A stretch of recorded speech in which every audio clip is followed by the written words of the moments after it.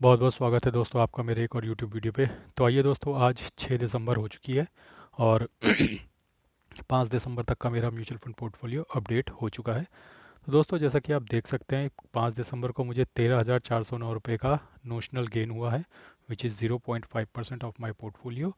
और मेरे total return जो है बढ़ के 98,816 रुपये हो गए हैं।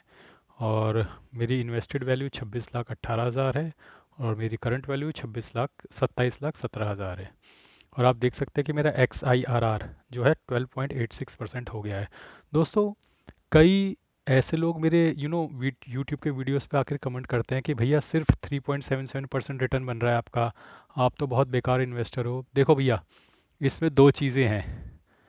और सबसे पहली बात, जो इस तरीके के कमेंट करते हैं उनकी नासमझी पे मुझे हंसी आती है। उनका ज्ञान कितना कम है उस पर मुझे हंसी आती है। और उनकी नॉलेज फाइनेंस की मैथमेटिकल नंबर्स में कितनी कम है उस पर भी मुझे हंसी आती है। और वो लोग आके किसी भी वीडियो पे कमेंट कर देते हैं कि भैया 3.77% रिटर्न मिल रहा है, क्या ही फ़ायदा हुआ इन्वेस्ट करके। ठीक है, अब मैं तुम्हें गणित समझाता हूँ, मैथमेटिक्स समझाता हूँ, ध्यान से सुनना। मैं ये इस फंड में मैं मार्च 2024 से इन्वेस्ट कर रहा हूँ, ये जो पोर्टफोलियो है ग्रो ऐप के अंदर। ठीक है, उससे पहले 10-12 साल भी मैंने म्यूचुअल फंड में इन्वेस्ट किया है, ट्रेडिशनल तरीके से। जो I C I C H D F C bank में अकाउंट होते थे वहीं पे खुल जाया करते थे म्यूचुअल फंड, तो वहाँ पे मैं इन्वेस्ट किया करता था। मैंने अच्छा खासा रिटर्न बनाया हुआ है। ठीक है, तो मेरे को एक्सपीरियंस ज़्यादा है। दूसरा, कभी भी म्यूचुअल फंड में एब्सोल्यूट रिटर्न को नहीं देखते। एब्सोल्यूट रिटर्न देखा जाता है फिक्स डिपॉजिट में, जहां आपने 1 जनवरी को 1 लाख रुपया डाला, 31 दिसंबर को आपको 1,06,000 रुपये मिल गए, 6% का आपका रिटर्न एब्सोल्यूट रिटर्न बन गया। उसमें देखा जाता है। ठीक है, म्यूचुअल फंड में आप अलग अलग समय पे इन्वेस्टमेंट कर रहे हो ड्यूरिंग द ईयर। ठीक है, कुछ इन्वेस्टमेंट इसमें मैंने मार्च में करी है, कुछ अप्रैल में, कुछ मई में, कुछ जून में, जुलाई में, अगस्त में, सितंबर में, अक्टूबर में, नवंबर में, कुछ पिछले हफ्ते ही करी है।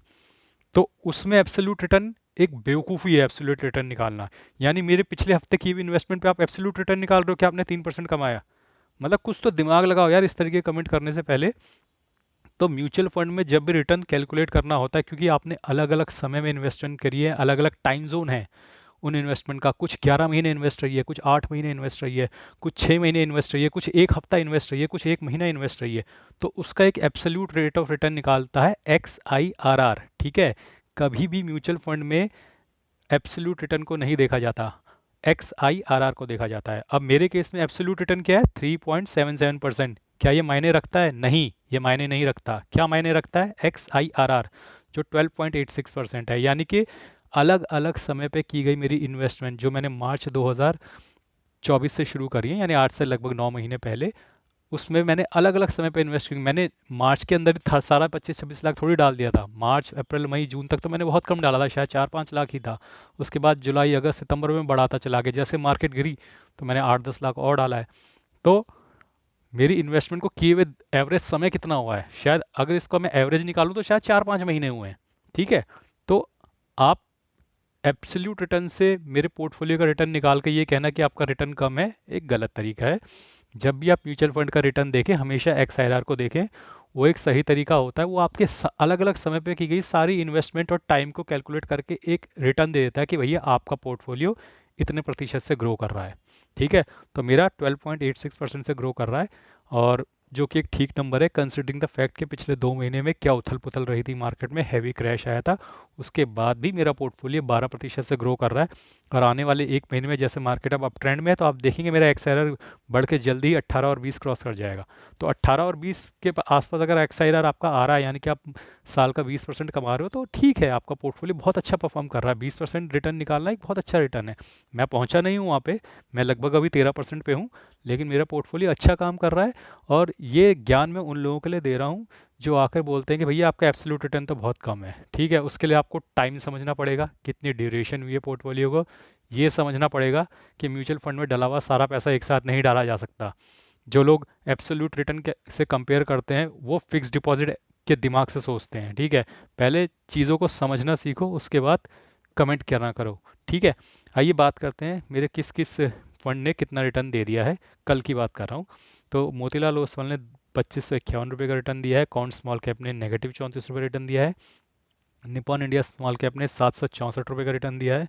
HSBC large and mid cap ने 1970 रुपये का रिटर्न दिया है। देखिए, पिछले एक महीने से मैं लगातार बता रहा हूँ कि सबसे ज़बरदस्त रिटर्न जो कोई फंड अगर दे रहा है तो वो HSBC large and mid cap दे रहा है। आई डोंट नो ये बंदे क्या कर रहे हैं, लेकिन ज़बरदस्त रिटर्न, ज़बरदस्त कंसिस्टेंसी से रिटर्न दे रहे हैं। और आई थिंक मेरा best performing fund during the last 1-2 months is HSBC large and mid cap. मैं अनडाउटेडली ये बात बोल सकता हूँ। कल भी इसने 1.12% का रिटर्न दिया है। HDFC large and mid cap 994, count mid cap 234 का रिटर्न दिया है। निपॉन इंडिया लार्ज कैप ने 1083 का रिटर्न दिया है। HDFC टॉप 100 डायरेक्ट ने 1245 का रिटर्न दिया है। और ये सब कल के रिटर्न है। एडलवेज मिड कैप ने 683 का रिटर्न दिया है। आदित्य बिरला सन लाइफ PSU ने 546 का रिटर्न दिया है। Bank of India small cap ने 311 रुपये का रिटर्न दिया है। बंधन स्मॉल कैप ने 222 रुपये का रिटर्न दिया है। HDFC मिड कैप ने 114 रुपये का रिटर्न दिया है। Can't large and mid cap ने 379 रुपीज़ का रिटर्न दिया है। इन्वेस्को इंडिया PSU ने 191 का रिटर्न दिया है। बंधन कोर इक्विटी ने 341 रुपये का रिटर्न दिया है। टाटा स्मॉल कैप ने 11 रुपये का रिटर्न दिया है। इन्वेस्को इंडिया मिड कैप ने 365 रुपये का रिटर्न दिया है। कोटक इमर्जिंग इक्विटी फंड ने 7 रुपये का नेगेटिव रिटर्न दिया है। कैनरा रोबेको ने 158 रुपये का रिटर्न दिया है।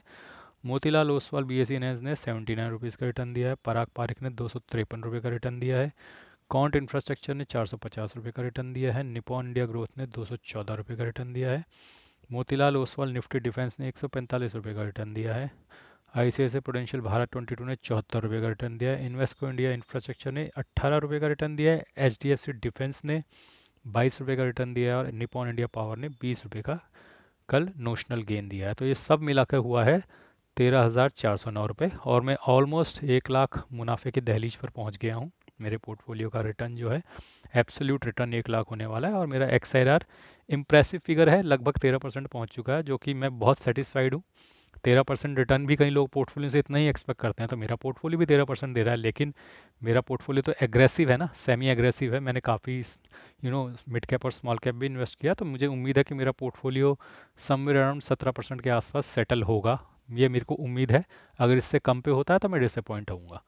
अब आइए दोस्तों, बात कर लेते हैं मेरे शेयर्स के पोर्टफोलियो की। जैसा कि आप देख सकते हैं, एक्सिस बैंक में मैंने 1132 का, नहीं सॉरी, 1162 का स्टॉप लॉस लगाया था। क्योंकि जब आज काफ़ी एक बड़ा इवेंट था, RBI की पॉलिसी आनी थी, रेपो रेट में चेंजेस, CRR में चेंजेस वगैरह कुछ नहीं हुए, तो मैंने एक स्टॉप लॉस लगा रखा था। लेकिन due to my bad luck ये सीधा गया और मेरा स्टॉप लॉस वाला अमाउंट हिट करके ऊपर निकल गया एक्सिस बैंक। तो ठीक है, तब भी मुझे 300 रुपये का लगभग मुनाफा हो गया। 293 का आप देख सकते हैं। तो आई थिंक 5-6 दिन में मैंने इसे ख़रीदा और 10,000 रुपये लगाए, और आई थिंक 3% के करीब मैंने कमा लिया। तो 3% अगर 5-6 दिन में आप कमा रहे हैं तो बुरा नहीं है। लोग अमाउंट देखते हैं, मैं परसेंटेज देखता हूँ और ड्यूरेशन देखता हूँ। 5 दिन में 3% कभी भी बुरा नहीं है। 5 दिन में 3% होता है, महीने का 18%, और साल का तो फिर आप कैलकुलेट कर लीजिए, मल्टीप्लाई 12 कर लीजिए। तो 5 दिन में अगर मैंने 3% कमाया तो बुरा नहीं है। और मैंने हमेशा बोला कि मैं शेयर्स वगैरह जो है ज़्यादा समय के लिए नहीं रखता हूँ, जल्दी जल्दी मुनाफा बुक करता जाता हूँ और सेल करता जाता हूँ। मैं ज़्यादा समय तक कैपिटल को होल्ड नहीं करता, क्योंकि होल्डिंग का गेम तो मैं म्यूचुअल फंड में खेल रहा हूँ, तो मैं शेयर्स में होल्डिंग का गेम नहीं खेलता। शेयर्स में मैं फटाफट मुनाफा बुक करता रहता हूँ। नीचे भी मैंने, आप देखेंगे निफ्टी 20 में भी स्टॉप लॉस लगाया हुआ है, लेकिन 275 के आसपास, और वो स्टॉप लॉस तो हिट नहीं हुआ है। समहाउ निफ्टी 20 अभी भी होल्ड कर रहे हैं। लेकिन अगर ये नीचे जाता है तो यहाँ भी 1000-1200 का, 1100 का प्रॉफिट बुक हो जाएगा। ठीक है, इसमें भी महीने भर में मैंने, ये तो ETF है, तो ETF में बहुत ज़्यादा मुनाफा नहीं होता है, तो 1.5% भी बहुत होता है ETF, क्योंकि ETF इतना ज़्यादा स्विंग करता नहीं है। ETF और शेयर्स में अंतर होता है। शेयर एक पर्टिकुलर कंपनी का एकमात्र शेयर होता है, और ETF के अंदर तो 50 कंपनियाँ होती हैं। तो निफ्टी 20 है तो उसमें तो 50 कंपनियाँ, तो इतना ज़्यादा ये हिलता नहीं है, इतनी ज़्यादा मूवमेंट इसमें होती नहीं है। तो अगर आप 2.5-3% कमा लें ETF में तो बहुत अच्छा कमा लिया आपने। और आप इसमें बेखौफ ज़्यादा पैसा भी लगा सकते हैं शेयर्स के मुकाबले में, क्योंकि शेयर्स में होता है रिस्क। एक ही कंपनी का शेयर है, एक कंपनी अंडर परफॉर्म कर सकती है। ETF में तो बहुत सारी कंपनियाँ, तो कहीं ना कहीं मैनेज हो जाता है। तो यही है। बाकी तो मार्केट अभी फ्लैटिश चल रही है, कोई खास मूवमेंट तो है नहीं। तो दो ही शेयर प्रॉफिट में थे, उसमें से एक बिक गया। निफ्टी 20 जो ETF है उसका स्टॉप लॉस लगा हुआ है, अगर ये हिट हो जाता है तो ये भी बिक जाएगा आज 1000-1100 का, इसमें भी प्रॉफिट हो जाएगा। बाकी जो सिचुएशन है मार्केट की वो भी दिखा देते हैं। देखिए, फ्लैटिश से चल रहा है, निफ्टी 3 रुपये ऊपर है, तो क्या ही गेन है क्या ही लॉस है। बैंक निफ्टी भी 33 ऊपर है, क्या ही गेन है क्या ही लॉस है, तो सब फ्लैटिश सा चल रहा है। तो दोस्तों आई थिंक मेरा पोर्टफोलियो अब काफ़ी अच्छे से आगे बढ़ रहा है और मुझे कोई ज़्यादा दिक्कत परेशानियाँ महसूस नहीं हो रही, क्योंकि जो हार्डशिप थी, जो हार्ड वर्क था, वो मैंने फॉलिंग टाइम में कर लिया, मैं एवरेज करता रहा। और अब मुझे कुछ नहीं करना, बैठ के पिक्चर देखनी है, आराम से मेरा गेन हो रहा है, 1 लाख के पार हो जाएगा आज मेरा पोर्टफोलियो, अगर मार्केट गिरती नहीं है और इतना भी रहती है, क्योंकि मिड कैप और स्मॉल कैप तो ऊपर है ही, स्मॉल कैप तो ऊपर है ही ½ %। तो आई एम श्योर मैं 1 लाख के पार निकल जाऊंगा, आज भी 5-10 हज़ार रुपये का गेन हो जाएगा, तो मैं 1,10,000 तक पहुंच जाऊंगा, जो कि एक बहुत अच्छा गेन है, और मेरा एक्सआईआर भी बढ़ के 13-14% हो जाएगा। तो दोस्तों आज के लिए बस इतना ही, जल्दी मैं लौटूंगा एक और वीडियो के साथ और आपको दूंगा अपडेट अपने म्यूचुअल फंड पोर्टफोलियो की। आज के लिए बस इतना ही, धन्यवाद, गुड बाय।